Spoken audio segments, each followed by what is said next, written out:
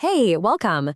Today, we're going on a pretty incredible journey, tracing the story of the computer from these massive room-sized behemoths all the way down to the smart devices that, let's be honest, we probably can't live without. So, let's dive right in. Okay, so let's kick things off with a little bit of a puzzle. Think about a giant, complex system that predicts a hurricane. And then think about the little device you pull out of your pocket to check that forecast. What could they possibly have in common? Well, the answer is actually pretty simple. They're both computers. They're just built for completely different jobs and on a vastly different scale. And to really get a handle on that scale, we have to start at the very, very top. We're talking about the true titans of the computing world. And here they are, supercomputers. Now, you're not going to be checking your email or playing video games on one of these. These are literally the fastest and most powerful computers that we can build. They're designed to chew through problems that would take your home computer, well, centuries to solve. So what kind of problems are we talking about here? Well, think about something incredibly complex, like designing a new airplane. A supercomputer can run millions of simulations for airflow and temperature. They also manage our critical infrastructure, things like the power grid. They play a huge role in national security, and they're constantly pushing the absolute limits of scientific research. Yeah, this quote really nails it. They are for main-specific tasks. And that makes perfect sense when you think about it, right? To manage the traffic in a huge city, you have to process a crazy amount of real-time data from thousands of places at once. Or think about analyzing an entire DNA sequence. The number of calculations is just staggering. So these aren't your all-purpose machines. They are highly specialized, unbelievably powerful tools built for very specific and very demanding jobs. Okay, so from these incredibly rare and powerful machines, let's pivot to the device that brought computing to all of us.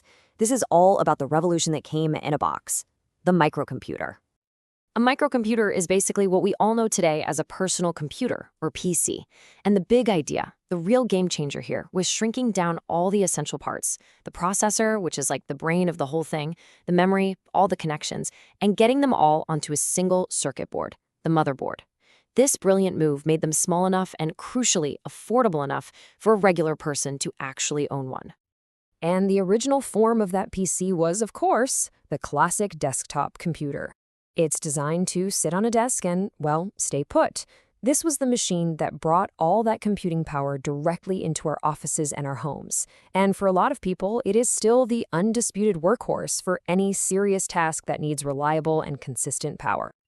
Now, with the desktop, you're always making a bit of a trade-off. On the plus side, you usually get more bang for your buck. They're way easier and cheaper to upgrade over time, and if a part breaks, you can usually just swap it out. But the price you pay for all that power and flexibility, well, they take up a lot of space. They use more electricity, and you obviously can't just toss one in a backpack and head to a coffee shop. But what if you need that computing power to come with you? Well, that question leads us right into the next amazing step in this evolution, computing on the go. And enter the laptop. The whole idea here was to take the core power of a personal computer and make it truly portable. With its own battery, the laptop gave us this incredible freedom to work, create, and connect from pretty much anywhere. A library, an airport, you name it. Now, to make that happen, everything had to get smaller, more energy efficient, and packed into one single unit. The screen, the keyboard, the processor, the trackpad, it's all one piece. This makes it light and perfect for traveling. But, you guessed it, there's a downside. Laptops are generally a lot harder to upgrade or repair compared to their desktop cousins.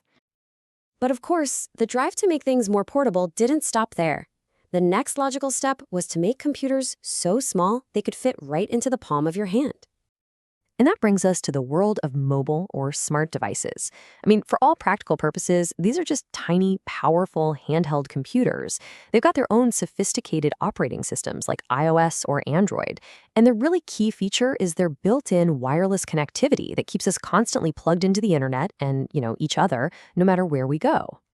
A perfect example of this category is the tablet.